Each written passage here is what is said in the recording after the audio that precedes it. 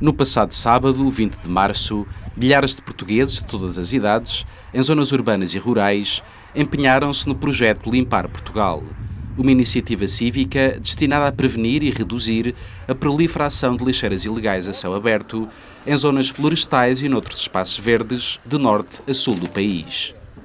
Eram muitos os que já apontavam o seu dedo acusador e a realidade comprovou que as atividades da construção ligadas ao imobiliário têm uma grande responsabilidade nesta forma de agressão ambiental. Confrontámos o presidente da FEPICOP, Federação da Construção e Obras Públicas, com este problema na entrevista que nos deu sobre a situação atual no seu setor. Como habitualmente, no espaço Ponto de Encontro, deitámos um olhar para a atualidade dos mercados da compra e arrendamento de habitações. Nos seus passeios, Nuno, Paulo e Rui estavam fartos de tropeçar em tantas lixeiras que se foram acumulando ao longo dos tempos nas nossas florestas. E no ano passado resolveram deitar mãos à obra para limpar Portugal. A ideia nasceu na net. A rede de contactos entre conhecidos e antes desconhecidos cresceu, desenvolveu-se e em breve se mobilizaram centenas e depois milhares de mulheres e homens, jovens, adultos, idosos e crianças, numa iniciativa da sociedade civil que culminou no passado dia 20 de março. Com uma ação que pôs 100 mil voluntários a trabalhar para um objetivo comum, um país mais limpo.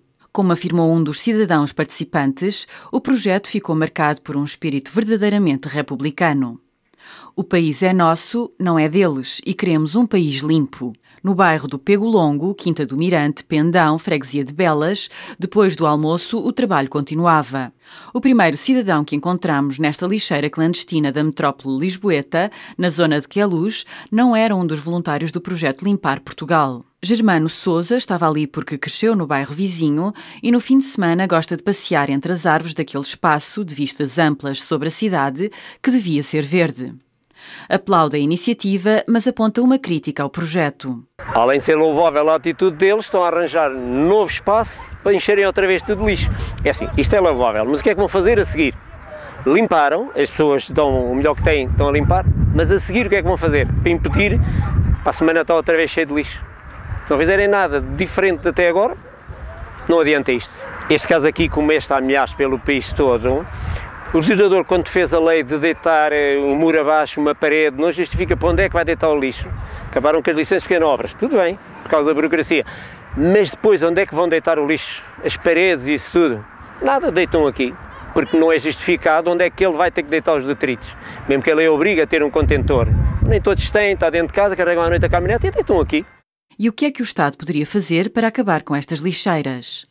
Que voltem a introduzir as licenças sem a burocracia que tem e que a pessoa coloque dentro do prédio, justificado até porque os vizinhos saibam e que se puderem ir à Câmara, onde é que este está a deitar os lixos? Não, está ali assim, tem lá, as horas pode fazer barulho, embora a lei é igual 6 das 8 às 8, porque está a coisa, alteraram ainda para o 2007, mas justifica onde é que vão os detritos daquilo. Não há justificação, não há fiscalização, amanhã está tudo sujo outra vez. É inglório o esforço desta gente toda. Na altura em que a equipa de reportagem do Panorama Imobiliário estava no local, houve quem quisesse mostrar que a atitude cética de Germano de Sousa tinha razão de ser.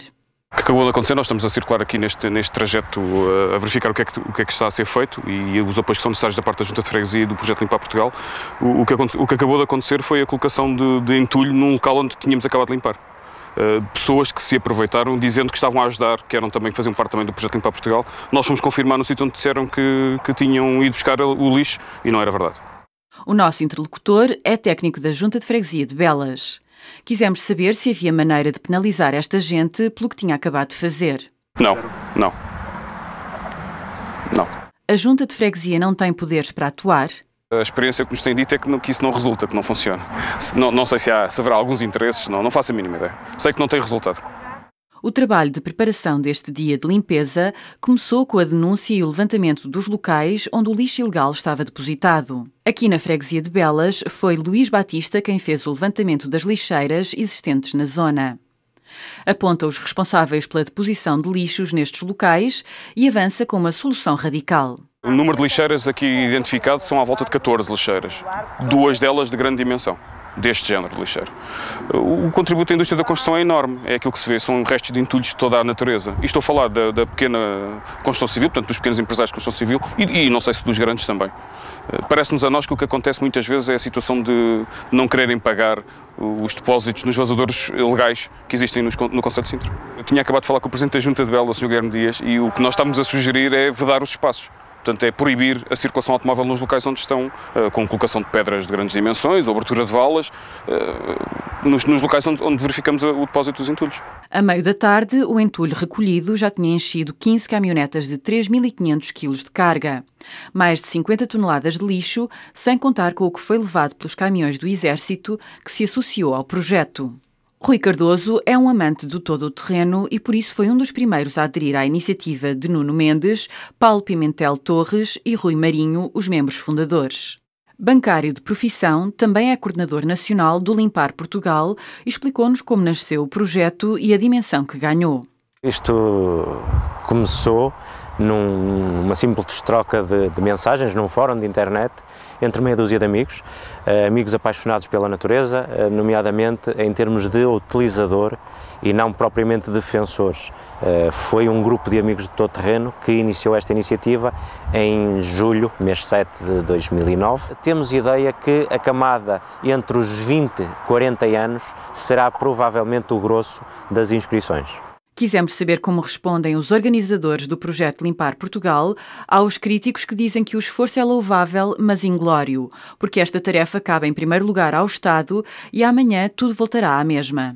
É verdade, temos consciência disso, mas de alguma forma queremos dar um sinal à sociedade que isto depende de nós. Este estado de coisas depende de nós todos, não é o Estado.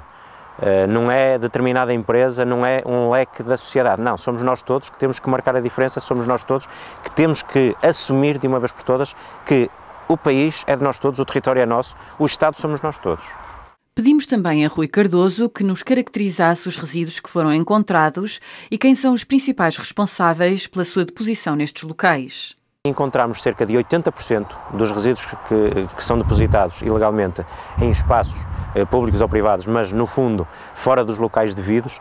80% são resíduos de construção e demolição e pelo volume que encontramos, pontos isolados, não é o conjunto, porque no conjunto realmente são 80% dos resíduos encontrados, mas em pontos isolados o que nos quer parecer é que são pequenas cargas da ordem da meia tonelada a 1 tonelada que nos indica que provavelmente serão pequenos construtores que fazem este tipo de deposição.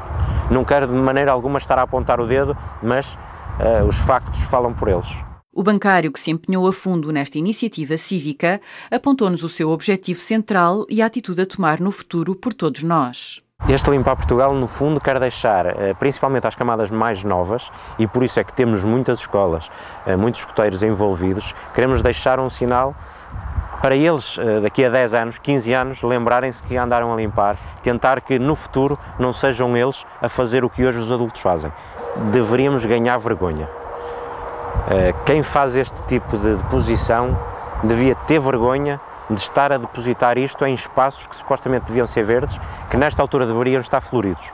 Aqui em Belas, os mais novos mostraram-se totalmente abertos ao apelo de Rui Cardoso e de todos os promotores do projeto Limpar Portugal.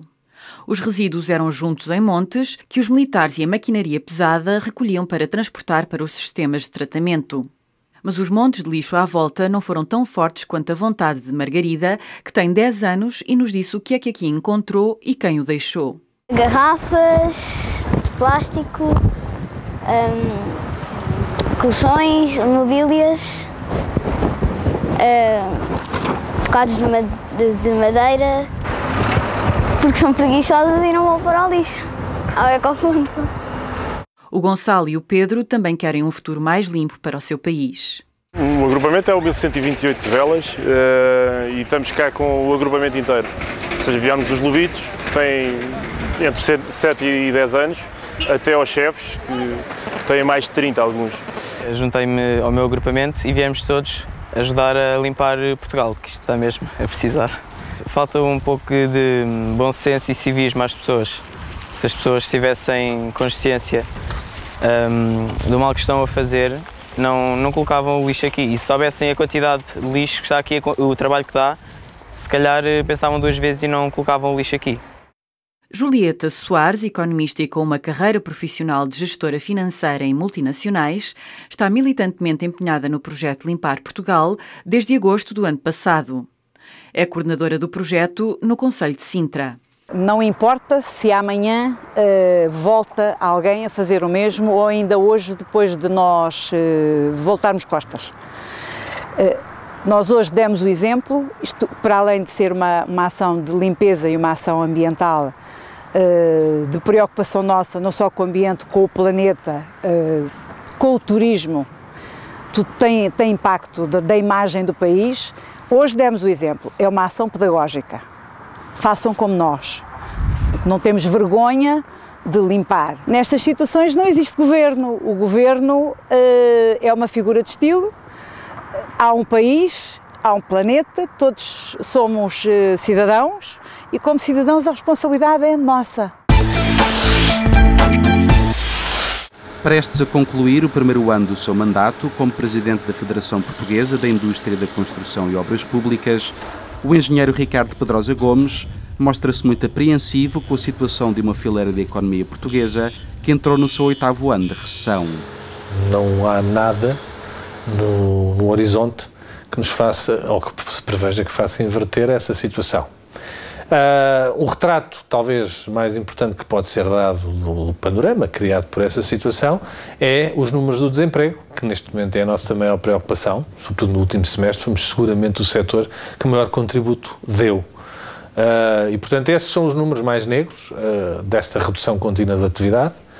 Esse que é muito visível, um outro que é menos visível, mas que é igualmente problemático, que é uma queda abrupta, talvez da ainda pouca indústria que existia, digamos, em Portugal, que era uma indústria a setores muito ligados à atividade da construção e que tem tido quebras, inclusivamente no período de janeiro do ano anterior a este ano, da ordem dos 30%, como é o caso da indústria cerâmica, o caso do cimento em menores quantidades, mas ainda assim com uma redução muito significativa, que é menos visível, porque essas unidades não podem simplesmente desaparecer, mas que também já é uma realidade forte num setor que inclusivamente poderia ter algum contributo exportador até, mas que com as debilidades que começa a ter por ausência de mercado interno, começa a ter problemas também de sobrevivência.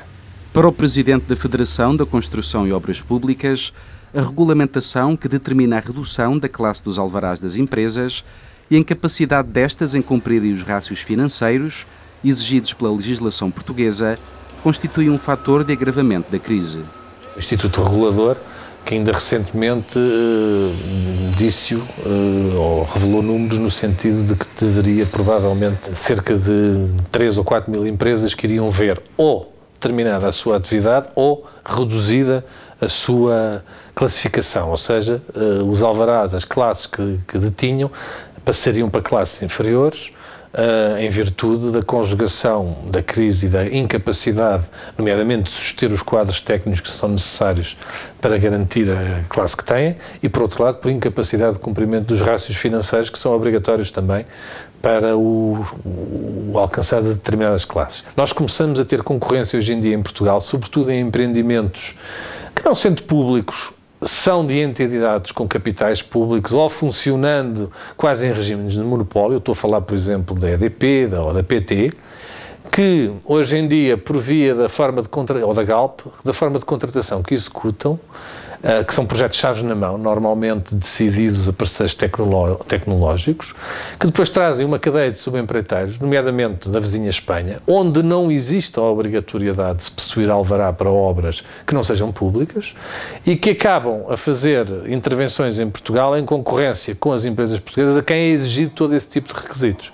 Nós começamos a ter hoje em dia esse problema, que começa a ganhar proporções importantes, porque num mercado profundamente degradado como nós temos neste momento, qualquer oportunidade é uma oportunidade importante e nós começamos a ter este problema gerado pela reclassificação das empresas ou mesmo pela extinção delas em concorrência com empresas que não têm que ter nenhum tipo desse requisito e que operam, nomeadamente nesses projetos de grande dimensão, digamos, sem os requisitos das empresas portuguesas, quer dizer, até mesmo em termos de regulação interna, nós neste momento estamos a criar fatores de falta de competitividade interna das empresas portuguesas. Na próxima semana, o Panorama Imobiliário apresentará a segunda parte desta entrevista. Mas antes de terminar, e na sequência da reportagem que fizemos sobre a Operação Limpar Portugal, quisemos um seu comentário à acusação que é feita à construção civil de ser a indústria que mais contribuiu para a existência de tantas lixeiras ilegais nas florestas portuguesas. O presidente da FEPICOP não fugiu à questão.